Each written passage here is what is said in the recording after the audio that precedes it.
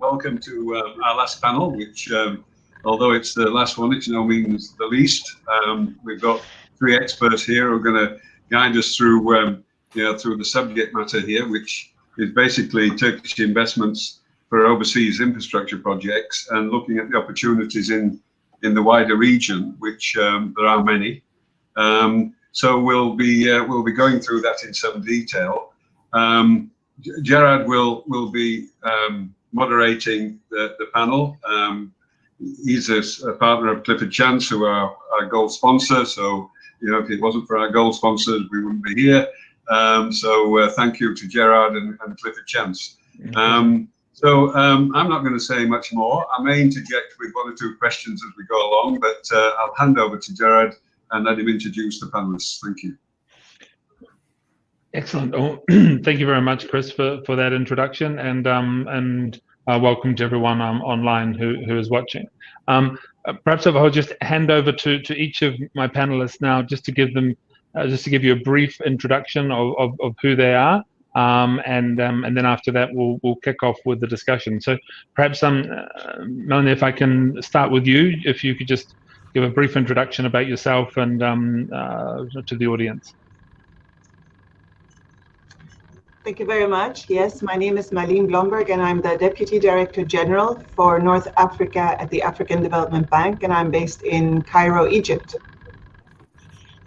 Excellent, and thank you very much for joining us today. And Erkan Bey, if you could perhaps introduce yourself. Sure, thank you, Jared Bey. My name is Erkan. Thanks for the opportunity, first of all. I'm representing Aktif Bank here, the largest private investment institution in Turkey. I'm heading the international banking group at our institution. Thank you. Okay, and for those of you online who don't know who I am, my name is Jared Grubb. I'm a partner at Clifford Chance, based in Istanbul, but I do primarily banking, finance, and primarily projects work. That project work not just in Turkey but also around the region. So I'm doing deals at the moment in Africa and Central and Eastern Europe and in the CIS. So I'm really looking forward to having this conversation today, and we'll obviously like to thank the participants for joining. So I think we've probably got the broadest topic to discuss today. So we're talking about Turkish investment opportunities and overseas infrastructure projects, looking in Africa, the Caucasus, and the Western Balkans. So it's a pretty big area. Let's just sort of set the scene. Perhaps if I could ask each of Erkan and Melin to sort of provide some idea about what we're talking about and discussing some of the opportunities, but also not only the opportunities but some of the needs as well, about what these different regions are looking at. So perhaps Erkan, can I ask you to kick off and sort of discuss from your perspective, and then I'll obviously ask Melin to provide her thoughts on the issue as well. Sure, definitely. Let me briefly start with what we're doing in Turkey and in the region altogether, from the bank's perspective and very briefly from our parents' perspective as well. As a financial institution, yes, our activity in Turkey is mainly around corporate business altogether. And just as I mentioned earlier, I'm representing the international banking group in the first place, and we have been active with financial institutions in Africa, in CIS, in Balkans for quite a while already, mainly providing transaction banking services to these countries, to these regions' financial system altogether. This is our activity on the international banking front, and on the corporate front, like on top of the regular corporate banking business and everything else. One of our key areas is our activities in mainly renewable energy. Is what we're working on with a good number of Turkish borrowers in that respect. And in the last few years, we have accumulated a contribution, a loan volume of around $200 million especially on the solar front. There's a bit of wind and hydro to it, but the activity has mainly been on supporting solar energy, and this is our key activity on the renewable front altogether. We are expecting to grow more in the biomass. And more, even more with exporting clients in their alignment with the EU requirements when it comes to them aligning themselves with the renewable energy, renewable resources requirements, and everything else. On the parent front, our parent is active in 7 different business lines, including say energy and construction and everything else. So if you look at the parent's activities, yes, they, especially on the energy front, there have been some good number of, say, activities in Africa especially. And currently there's one power plant that is being worked on, or it is on the agenda, let me put it this way, soon coming up in Senegal. And the contract and everything has been there already, so we're almost there on the parents front. And again, if you entertain the other business fronts, especially say the construction arm of our parent, they have been real active in hospitals construction, especially in Turkmenistan. If you go to the website, you'll see several examples there when it comes to their activities and everything else. Again, on the banking front, we are also present in Balkans with physical presence in Albania and in Kosovo altogether. And as far as this particular region is concerned, like the Balkan countries, they are highly linked with Europe, that's for sure. And this is not only from the geography perspective, but also from the diaspora perspective at the end of the day. Of course, the main issues that we see at this point in time is like the need for improvements, especially for highways and railways. And there's going to be like more need for self-sufficient energy capacities in this region from renewable energy, renewable resources, and on top of everything, yes, there's going to be we're expecting some good improvement of the health system as well. Of course, this will be coming as a result of the support from European Union and everyone else. And in Africa, well, one thing that we can say for Africa is like the continent itself offers several opportunities, meaning that it's got the largest backlog of investment opportunities. However, unfortunately, at this point in time, it's coupled with the lowest resources. And again, I mean, if you look at the country level predictions and expectations, all these countries pretty much they are looking into like turning their face into renewable in the coming decade. Is one of the major plans there altogether. Well, this will also take place, of course, subject to sufficient financing support in the meantime. Thank you.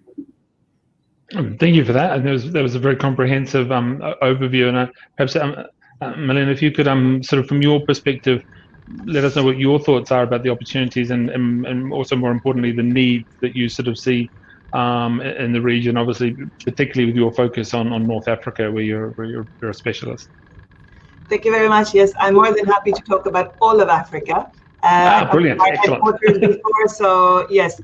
And first of all, maybe to say that the African Development Bank is owned, because I don't think not necessarily everyone knows about the AFDB. We are owned by the governments of all the African countries and about 13 non-African countries, and Turkey joined us in 2013. So, and what that means is that, yes, we can have staffing from all our member countries. It also means that your contractors are eligible for the procurement under the African Development Bank. And we do really see Turkey as being a strategic partner with Africa. And I think you may know that you already have cooperation agreements between Turkey and at least 38 African countries that you can build on. So for those who don't know us very well, we are a development finance institution, similar to EBRD, EIB, World Bank, IFC. We have the same mandate on both supporting the public sector and the private sector, but we're only focused on Africa. And I will do a bit of marketing, but just for you to get to know us. Earlier this year, we were awarded an award for being the best development finance institution in the world. We were also just now recently by the American administration also acknowledged as being the most climate focused investment bank, because we have the largest share of climate finance that we provide compared to others. And just recently also we got awarded, we were second best in the world for concessional financing through our concessional window. So I just wanted to say this to recognize that we are a big player in Africa, even some of you may not have heard as much of us. Of course, the opportunities in Africa are enormous. Before COVID, Africa has been one of the largest growing regions in the world for the last 10 years or so. And going forward also, we see that in last year, Egypt was one of the very few countries in the world that actually had positive growth. We expect the large African economies like Nigeria, South Africa, Angola to be positive again this year. And other countries that are also fastest growing in the world include Tanzania, Rwanda, Ethiopia, Cote d'Ivoire, Ghana, Benin. You know, there's so many opportunities. So we are known primarily for our infrastructure financing, but we do a lot more. We can do trade finance, SME finance, a lot more. We also collaborate with our sister institutions, the African Export-Import Bank, Afrexim Bank, who do more focus on the trade finance, as well as the Africa 50 Fund, which does more investments in infrastructure. So together with many other partners, we're providing complete packages for financing of any needs. The opportunities are huge. First of all, we have infrastructure, where every country has a huge backlog. And here we already heard about electricity. We are huge on renewable energy. And on top of that, transport, when it comes to roads, ports, dry ports, railway, fast trains, the opportunities are huge, and bridges, because we need to really help connect Africa. On top of that, we have agriculture is one of the biggest opportunities that you may find. You know, Africa has so much arable land, but it is not very professionally managed. You know, it's still subsistence farming to a large extent. And so the opportunities for agribusiness, especially with all the technology that has come over the last several years, it is so much you can do now. Another way to look at the opportunities also in Africa, you may have heard of the Africa Continental Free Trade Agreement that most of the African countries have signed up to and many have ratified. What we're talking is about a free trade zone of more than 1.2 billion people and more than $3 trillion. So if this is a start, I would just say, as you can see, the opportunities are huge. So I welcome everyone to seek out these opportunities, and we are available to help on this. Thank you for that. And I think that leads actually quite nicely into my next question, which was, if we obviously this is an investment from Turkey Forum, and so I suppose the question that's probably on everyone's mind is, for Turkish sponsors and Turkish entities that want to do more in Africa or in the Caucasus or Western Balkans, what do we see as some of the sort of potential sectors where their involvement is likely to be sort of most interesting or most needed, or where there's likely to be the synergies that you think that those sort of investments would be really good? And perhaps, Melanie, if I can just, you can carry on from your conversation you're just having there, and just sort of, is there anything in particular in a sector or region within Africa, for example, where you think the Turkish sponsors could really provide assistance and have some specific sort of opportunities? Yeah, it may depend on who we're targeting. On the one hand, I meet a lot of contractors, you know, large EPC contractors who want to work in Africa because there's so much infrastructure to be built. And I just touched upon some of the more important ones that we're focusing on, the electricity and the transport, for example. But there's also the healthcare, there's the education, there's all these sectors that you can move into. So here for the EPC contractors, there's a lot of opportunities. What we are seeing, though, that Africa also is having more and more capacities in this. So the presence on the ground is really necessary for this. So I think anyone who wants to come and join forces may be very successful, because through joint partnerships and other ways to collaborate, I think you need a presence on the ground. And we're seeing more and more in the contracts that we finance and others, that is not maybe one foreign company that is solely winning, but is often a joint venture between a local company and a foreign company. So if we're also looking at project sponsors, project developers who want to invest, especially in public-private partnerships, where there may be a government off-taker to provide a sort of comfort. Yeah, renewable energy for the moment is probably the one that we see things happening the quickest. But also, if you are interested in particular agriculture value chains or other manufacturing value chains, this is an area that we as a development bank are focusing on a lot. And especially now with the free trade agreement, I think we see a good opportunity to move beyond some of the trade blockages that have been there. Really, we are seeing some very, very basic products. Take all the raw material, cocoa, coffee, cashew nuts. They're exported raw to Europe, to Asia. I don't know, maybe to Turkey also. I don't have the detailed information. They're processed in these countries outside of the region, and then they're imported back at a lot of higher prices. And I would say my view is that any sort of national leader who allows this to happen is not really looking for the priorities of their people. So there's a lot of opportunities for establishing factories, whether it's in these raw materials, whether it's woodworks, whether it is manufacturing of pharmaceuticals or other supplies. There's so much that can be done. And actually, I've just come last week from another conference with the investment promotion agencies of Africa. And they have so many interesting projects to offer.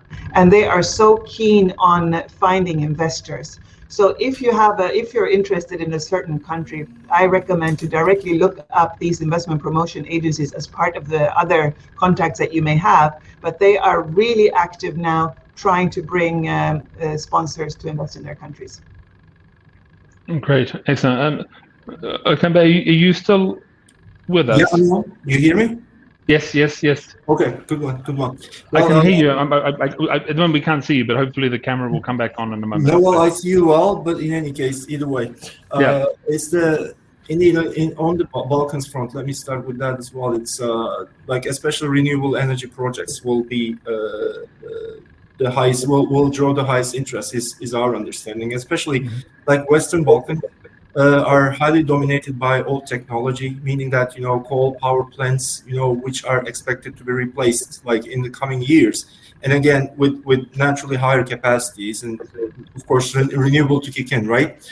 And then again on the as we mentioned earlier, on the highways and railways, like for international transportation, the expectation is yes, again there's going to be some huge investments there. Especially the I think it's called the Serbia-Kosovo agreement. It's my understanding will bring in about $2 billion. Is expected to bring in like $2 billion in projects altogether. In Africa, like most of the opportunities are expected to lie within the ECOWAS region, in the west and the Eastern Africa belt, between Ethiopia and Mozambique, as we can say. Then this is going to be much more in line with the discovery of more oil and gas resources. Will introduce more investors, more opportunities in the region. And one thing I forgot to mention during my previous session is just as to show our commitment to African continent, which has been a niche market to us for so many years already. We are in the process of opening a rep office in Rwanda, which is one of the most investment-friendly countries at the end of the day. And I think that the paperwork and everything else is supposed to be completed in the coming month or two. So the office will be there pretty shortly.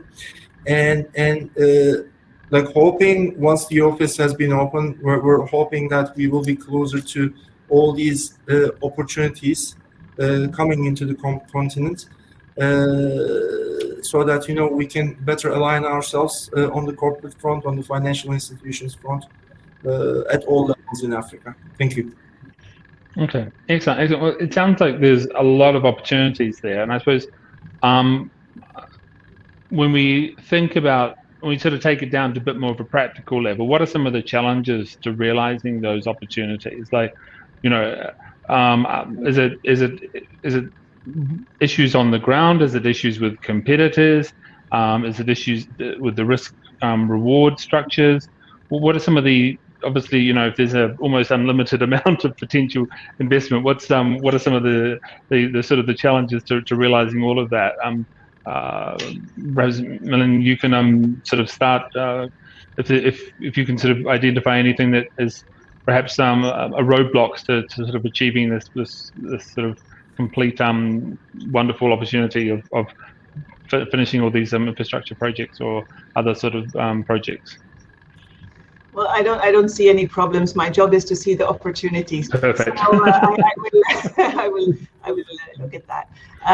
Yes, I think one of the issues that we have on the continent, or I know that we're often asked, about where is the financing, but the problem is not, and I do not see that there's any problem with financing. Financing is available if you want it, and maybe Erkan can confirm his view on this also.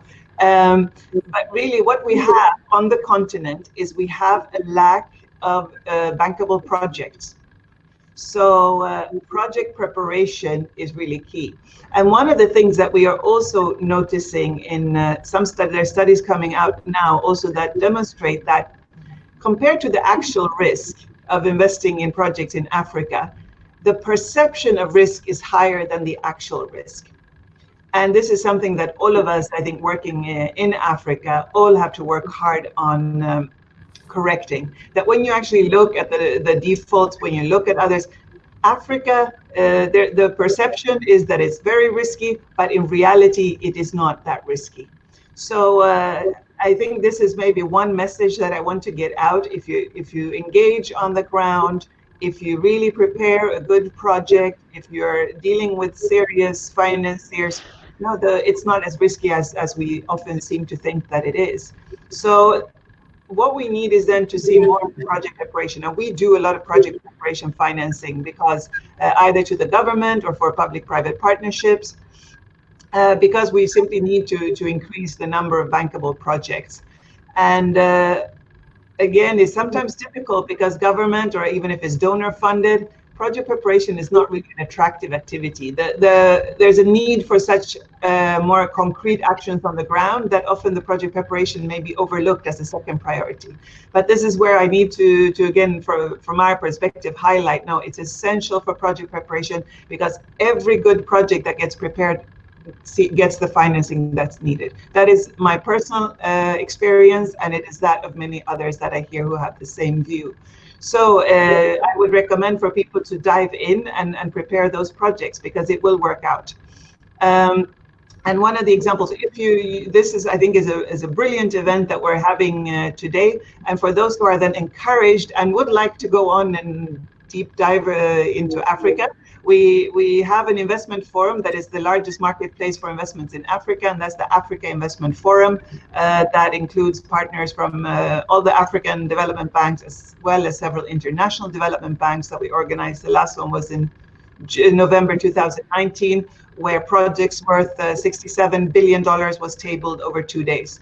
So it's just to give you an impression that, here we're trying to increase the number of bankable projects. We're trying to mobilize financing and to speed up financial close, because all of this is what's needed. It's the matchmaking that is needed, and is to support the preparation of the project. So if anything, that would be my message. Brilliant. Gerard, can I just say a few words on this? Absolutely. I mean, with emerging markets, there are always some barriers. I mean, it's not as clear cut as it may seem.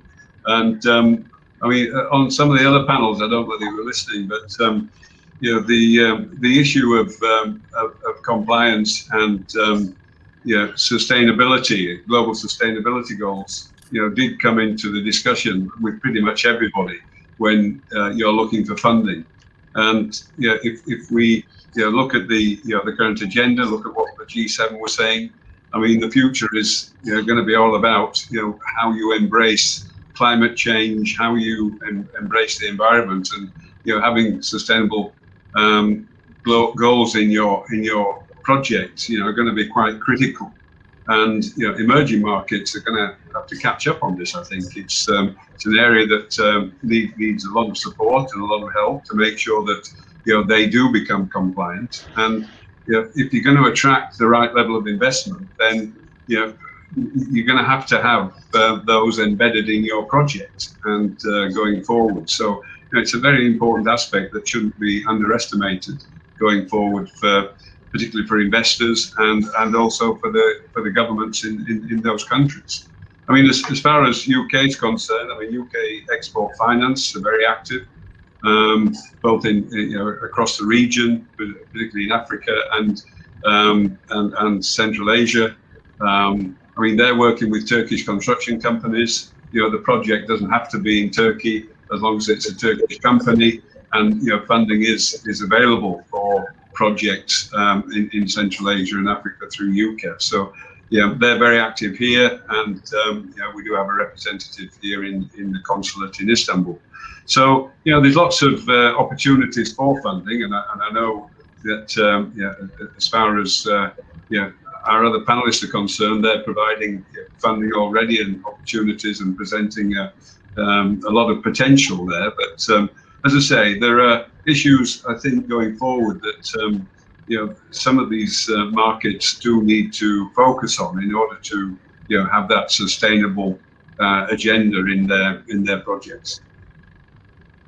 No, I think that's good. And I think when you talk about that, I think when you say these countries need to focus on, I think we've obviously talked a lot about the opportunities, and those opportunities, as we mentioned at the beginning, we're talking about a very broad area of the world. All of Africa, the Balkans, Caucasus area. How I suppose my gut question is, how does a country stand out from the crowd, and actually get those investors to come in and do the projects in their particular part of the world? And perhaps, Okan, if I can ask you the question as to, from your perspective in relation to why you think investors would go to one country over another country, in the sense of what a country is doing to sell themselves, to stand out in the market, so that is it obviously the ESG stuff may be coming through, different markets are probably at different development stages in relation to that, but are there other aspects that make one area sort of stand out from another area? Sorry, who was that, Christian? I was asking Okan, but I think have we lost him? We seem to have lost him.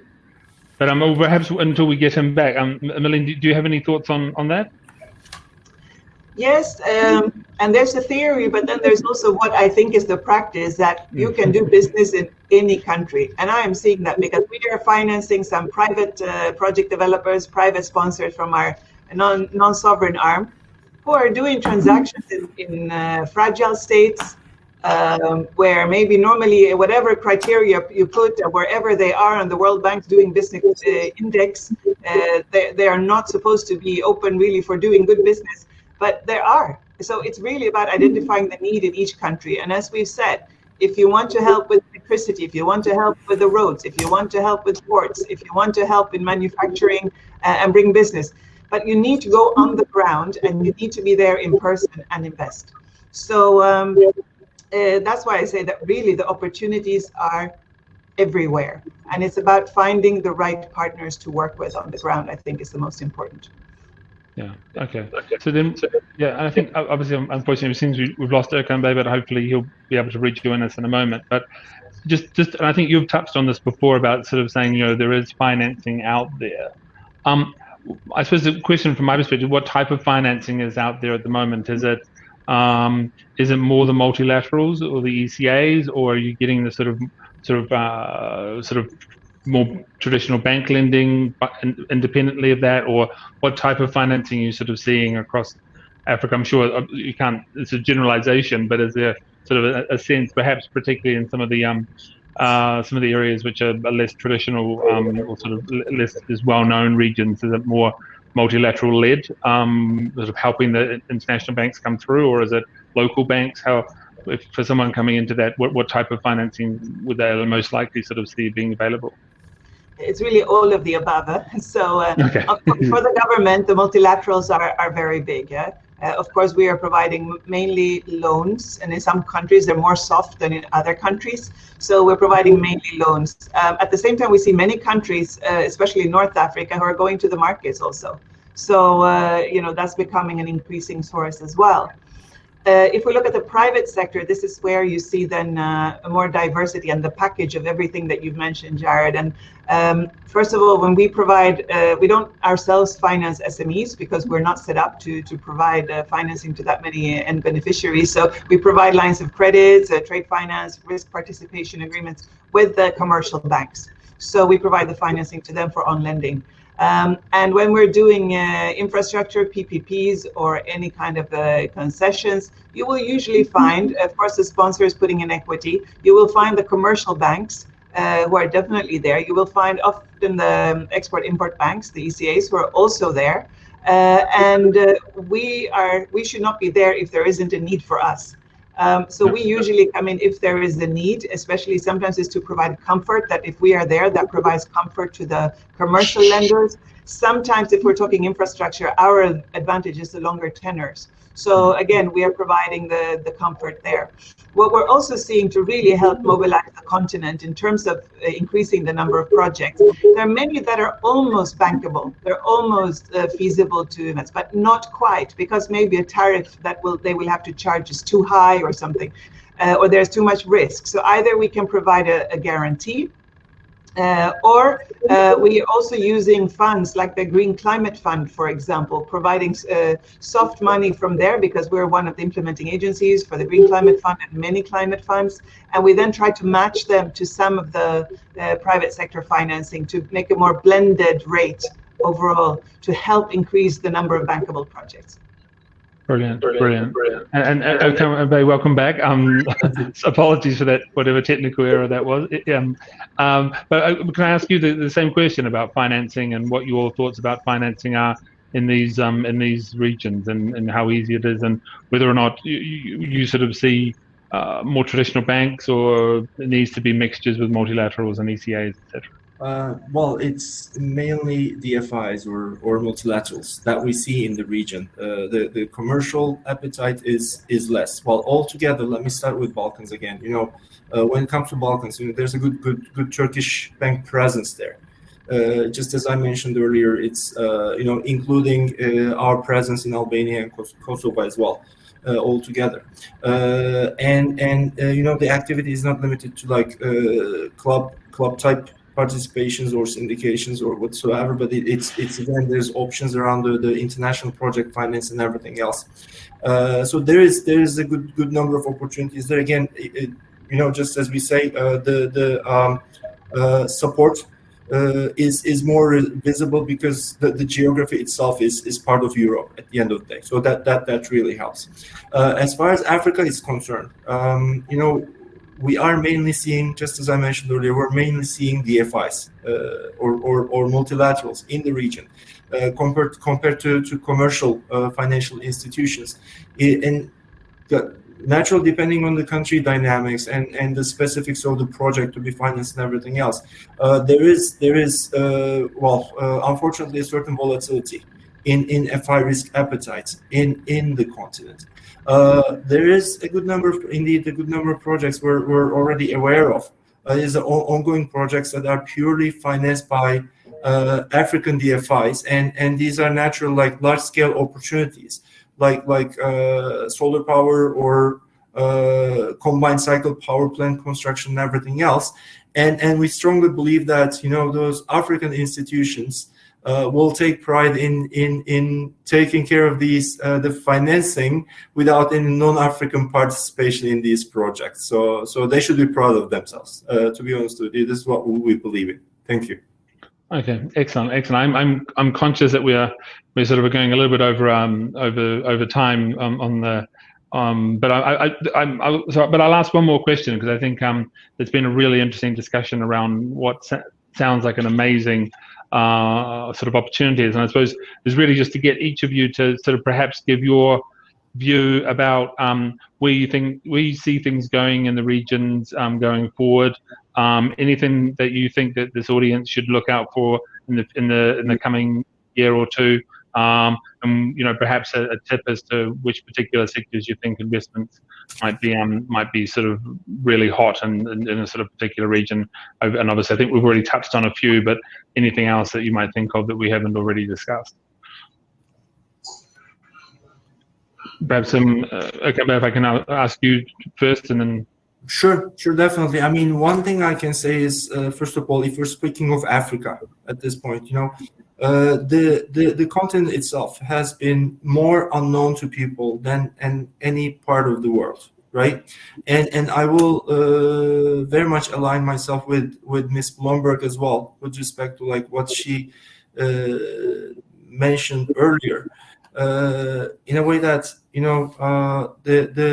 the continent should make its potential investors more, say, aware of its, say, legal infrastructure, perhaps, or compliance infrastructure. In other words, like if in layman terms, I would say advertise itself even more to attract more investors into their countries altogether.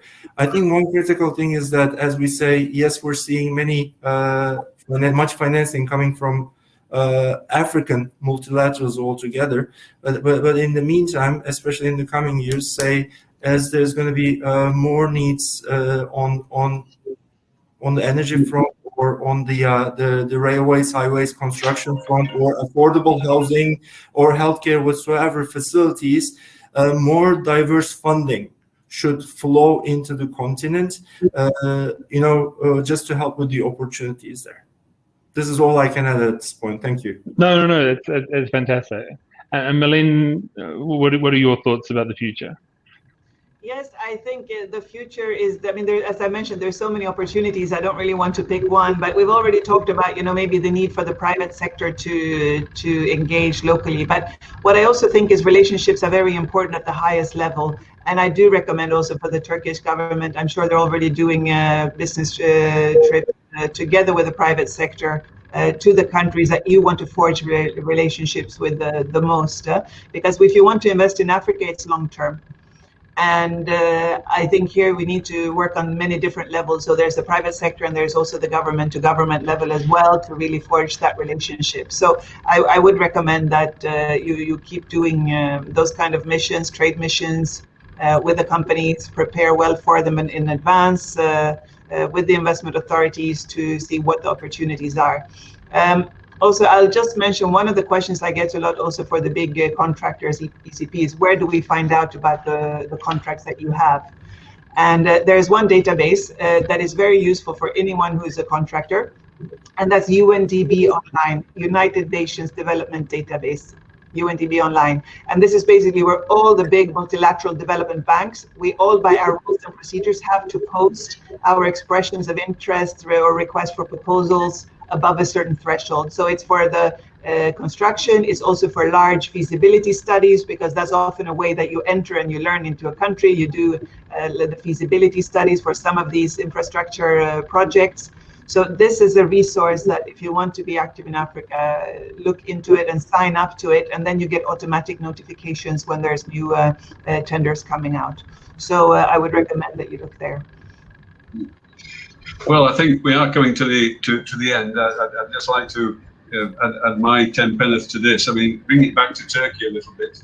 And if you look at the construction companies in Turkey, the Turkish companies that are operating and have operated in Africa and the Middle East and Central Asia for a number of years, and these are very successful compliant organizations that do have access to funding, either through their own organizations or through the contacts that they have. And I think when you look at the opportunities in the region, then the Turkish construction companies have got a long-standing experience and knowledge of those markets, and have been extremely successful. So there are examples of how to do this and how to do it successfully. And you know, as far as Africa concerned, we can name a lot of the Turkish construction companies that are, you know, have been very involved in construction infrastructure projects in Africa, and the Middle East, and Central Asia. So you know, there's that's the place to start in my view. So yeah, I'm sure Erkan will support that as well. But anyway, I'd just like to thank Jared for moderating what is an interesting discussion. It will be an ongoing discussion, I'm sure. And I think Melanie, who mentioned that you know, Africa is a long-term commitment, and you know, the same goes for Turkey. I mean, if you're an investor, you've got to look at both markets as a long-term project. And you know, if you put your footprint down and you know, establish a presence in the markets, then you know, the rewards will come. But you know, it's not a quick fix by any means, and you know, it's going to take time. But you know, the rewards are there if you're prepared to make that long-term commitment. So thank you, Melanie, and thank you, Erkan, for your contributions, and a special thanks to Gerard for moderating this this panel. Thank you very much. Thank you. Thank you. Thanks so much. Bye-bye. Bye. Ciao.